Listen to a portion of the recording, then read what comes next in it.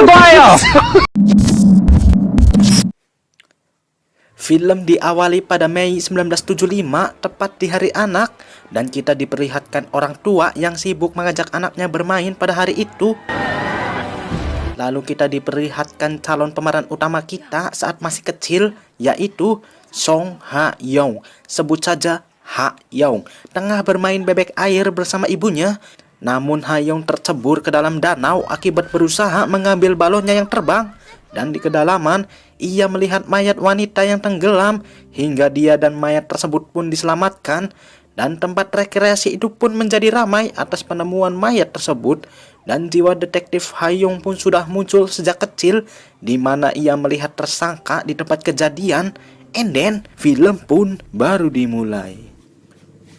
Kini kita diperlihatkan pada Maret 1998, yang mana kini Song Ha-young telah menjadi asisten inspektur di kepolisian Dongbu, di mana dia sedang bertugas mengintai lokasi yang sering terjadi pembobolan serta pelecehan terhadap wanita dan terjadi selama 10 bulan. Dan kasus itu disebut topi merah karena diketahui tersangka selalu mengenakan topi merah saat menjalankan aksinya.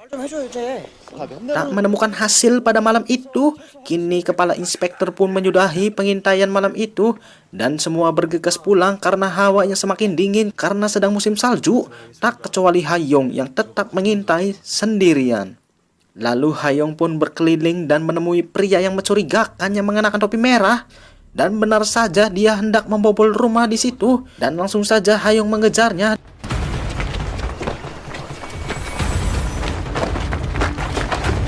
Dengan perlawanan yang sengit, akhirnya pria bertopi merah itu pun ditangkap. Namun siapa sangka dia bukanlah si topi merah yang sebenarnya. 알리바이가 있어요. 빨간 모자 쓰고 다니면 모자에 흉내 내고 다닌 거라고? Lalu kejahatan dengan menyerupai topi merah pun merajalela, yang membuat kepolisian semakin bingung dan belum ada yang bisa menangkapnya walaupun sudah diiming-imingi akan menaik jabatan atau dipromosikan. Tercatat sudah 12 korban topi merah yang sesungguhnya, dan kasus pertamanya pada 11 Mei 1997, di mana beliau membobol rumah seorang wanita di Dongdaemun-gu, kota Seoul, memperkosanya dan lalu kabur begitu saja. Bayar dulu dong, abis ngeus kok kabur. Dan kita dilihatkan seorang wanita gemoy imut lucu bernama Choi Hwa-yeon sedang pulang dari sebuah klinik. Dan di perjalanan dia diikuti seorang pria mengenakan topi merah. Apakah dia sosok topi merah sesungguhnya? Mari kita nantikan. Sesampainya di rumah, ia pun mendapati ibunya sudah berada di rumahnya. Namun karena waktu yang sudah malam, ibu Choi Hwa pun pulang yang padahal sudah disuruh nginap oleh anaknya.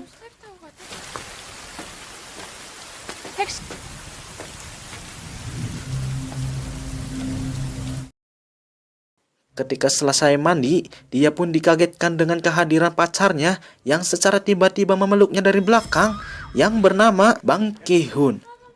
Setelah bermesra-mesraan, lalu mereka pun terlibat pertengkaran akibat ucapan Choi Hwa yang menyinggung pacarnya, yang membuatnya marah dan mengejar sebuah tembok. Cewek mah emang gitu, nanti nangis.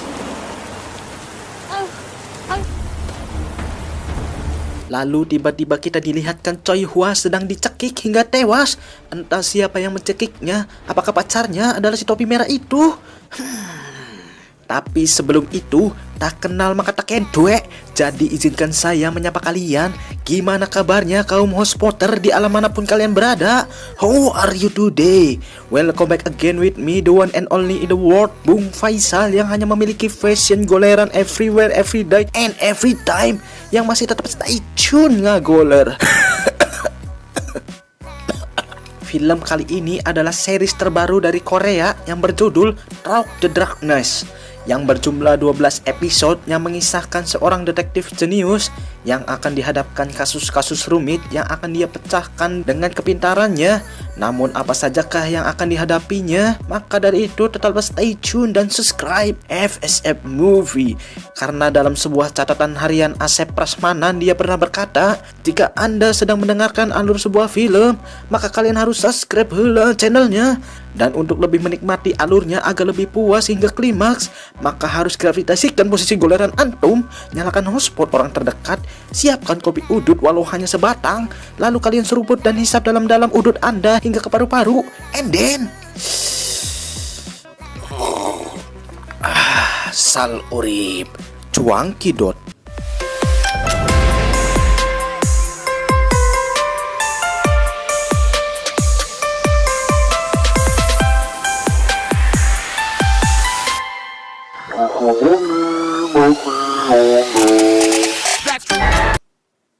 Lalu berita pembunuhan Choi Hwa Yoon pun sudah tersebar luas, di mana dia dicekik dan mayatnya dibuat bugil oleh sang pembunuh.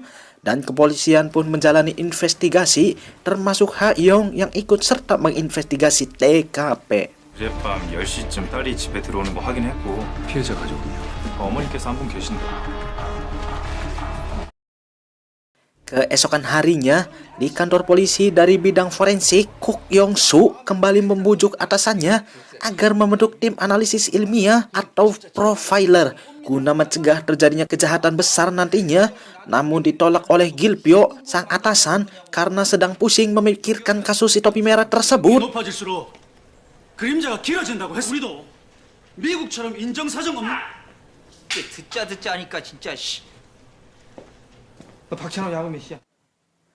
Beralih dari kantor polisi, lalu diperlihatkan hasil otopsi Choi Hwa bahwasalnya dia sedang hamil 14 minggu dan tidak ada tanda pemerkosaan walaupun mayatnya ditemukan dalam keadaan telanjang. Dan kecurigaan pun datang kepada sang pacar karena dialah orang terakhir yang mengunjunginya. Bang Ki-hun, pacar dari Choi Hwa, adalah teman seangkatan Ha Young semasa SMA dulu. Dan kepala detektif beserta rekannya pun menangkap Bang Ki-hun di kediamannya, di mana dia mengelak dan tidak mengetahui tentang kematian pacarnya. 도망가려고 그랬어? 당신은 묵비권을 행사할 권리가 있고 지금은 다 And then, Bang Ki-hun pun diinterogasi Park Dae-woong, sang kepala detektif.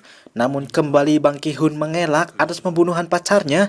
Tapi apalah daya, bukti menunjukkannya semua kepada dia, mulai dari sidik jari dan bekas noda darah di dinding rumahnya. Dan kepala detektif pun mengira dia jugalah pelaku si topi merah itu, karena dari keterangan saksi bahwa ada pria bertopi merah yang mengikuti Choi Hwa saat sebelum kejadian. Dan Bang Ki-hun pun terkejut saat mengetahui pacarnya saat itu tengah hamil. 야, 이 손은 씻은 척. 사람 안 죽입니다. 무슨 말입니까 그게? 최화연이 임신 중이었다는 거? Malam pun tiba, di mana kini Ha Young melihat Bang Ki-hun tengah dihajar dan dipaksa oleh sang kepala detektif agar mengakui kesalahannya. Dan Ha Young pun mengkritik perbuatannya yang membuat sang kepala sedikit kesal kepadanya. Dan Ha Young pun belum bisa yakin sepenuhnya bahwa dialah adalah pelakunya. 들어맞는 거 봤지? 정새끼가 그날 최화연이랑 그런 게 아니라 좀 더 명확한 직접 증거를 찾자. 그래도 이런 식은 안 됩니다. 밖에 나가봐. Lalu Ha Young pun pergi ke TKP guna mencari bukti kembali dan melihat pintu TKP yang dibuka paksa dan serentetan bukti lainnya termasuk coretan angka di dinding dan juga terdapat coretan angka tetangga korban tersebut. Lalu dia pun mendatangi kantor polisi lainnya guna mencari laporan kejahatan yang sama, yang dimana sang penjahat tidak pernah membobol yang terdapat pria di dalamnya. Dan Ha Young pun mendatangi rumah dari laporan kantor polisi tadi dan kembali menemukan coretan angka 233 di dinding rumah tersebut, yang dimana pemilik rumah pun tidak mengetahui soal coretan tersebut dan anaknya yang masih kecil pun tidak mungkin menulis angka tersebut di dinding yang tidak bisa dijangkaunya, dan dia hanya tinggal bersama anaknya setelah bercerai dengan suaminya. Kembali Ha Young pun menghampiri rumah yang lainnya yang terdapat angka 22 dan dihuni oleh dua orang wanita kakak beradik. Lalu rumah selanjutnya berangka 2 dan dihuni oleh wanita seorang, dan angka 23 dihuni oleh seorang anak dan ibunya, dan angka tersebut tertulis setiap rumah ketiga. Lalu kembali kini terdapat angka 12 yang dihuni pasangan suami istri. Lalu angka 123 dihuni oleh pasangan suami istri beserta putranya. Sementara pemilik rumah yang ditinggali Choi Hwa berangka 233, sama seperti rumah yang terdapat wanita dan 2 anak. Lalu Hayoung pun menghampiri kantor polisi yang sama dan memberitahu soal angka-angka itu, di mana angka 1 artinya rumah dihuni oleh seorang pria, dan Hayoung pun menanyakan soal kurir restoran yang mengantarkan saat malam hari karena dia tadi hampir ditabrak oleh salah satu kurir. Karena diindikasi hanya pekerjaan tertentu yang bisa mengetahui isi dari penghuni rumah-rumah tersebut.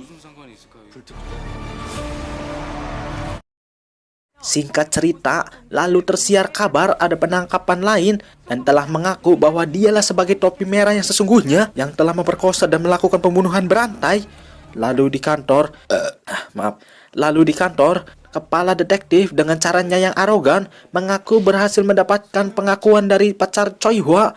Dan di samping itu, pria yang mengaku sebagai topi merah, dia berkata bahwa Bang Ki-hun bukanlah pelaku sebenarnya, yang membuat detektif Hayoung pun terheran mendengar ucapannya. Hayoung pun menghampiri ibu dari Choi Hwa dan mendapati informasi bahwa sang ibu tidak mengetahui soal anaknya yang memiliki pacar, dan sang ibu pun menangis karena menyesali saat itu tidak menuruti ajakan anaknya untuk menginap di rumah anaknya. Lalu Hayoung pun menelpon Yong-soo untuk meminta bantuan memeriksa kembali TKP kejadian, dan alhasil mereka menemukan sidik jari baru dari orang lain di TKP. 족적에 지문까지 지울 이 침대 밑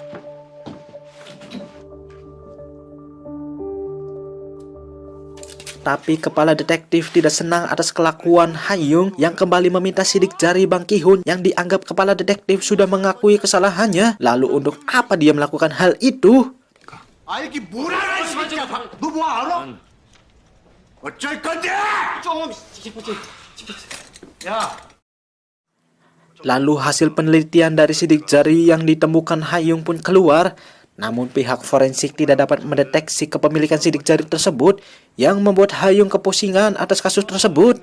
Lalu Yong-soo pun datang untuk memberikan semangat kepadanya dan menjelaskan bahwa dirinya akan membentuk tim profiler, dan Hayoung adalah salah satu yang dilirik Yong-soo untuk bergabung nantinya di tim profiler yang akan dibentuknya. 뭐 당장 결정 안 해도 Singkat cerita, olah TKP pun dijalankan Bang Ki-hun dan ia mendapatkan intimidasi dan tekanan oleh kepala detektif tersebut. 힘을 주라고, 씨. 목 조른 다음에, 그다음에.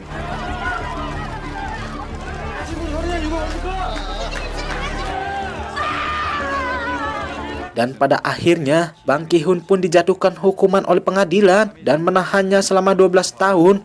Lalu catatan investigasi pun ditutup yang masih menyisakan banyak kejanggalan menurut Hayoung.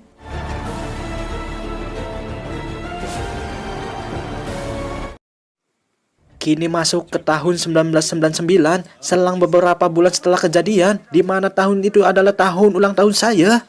Kini kita dilihatkan seorang kurir anak muda yang dianggap rajin bekerja oleh atasannya bernama Kang Mu. Lalu Kang Mu pun pulang setelah bekerja, dan di jalan sifat Kang Mu pun seolah-olah berubah, dan lalu ia mengenakan topi berwarna merah. Kemudian ia mengintai setiap wanita yang lewat, dan dia pun mengikuti salah satu wanita mbak-mbak alfa yang pulang bekerja hingga memasuki rumah sang wanita tersebut. Dan terlihat Kang Mu mencekik wanita tersebut hingga tewas dan melucuti semua pakaian milik sang wanita. Wow! Lalu pihak kepolisian pun bergegas setelah mendengar kabar itu, dan ketika polisi tengah menuju TKP, seketika itu film pun bersambung cuk. Ngagantungkeun eta teh bro.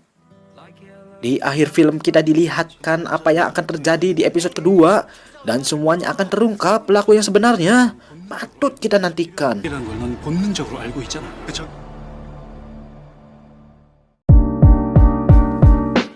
Pesan yang bisa kita ambil dari film ini adalah belum ada karena kasus ini belum selesai dan pelaku belum bisa diketahui kebenarannya. Tapi ada satu ketika saat saya mengintip buku catatan harian Tatang Cilor, dalam bukunya tertulis jika kamu memiliki masalah terhadap pasanganmu, maka cobalah duduk bersama untuk menyelesaikannya.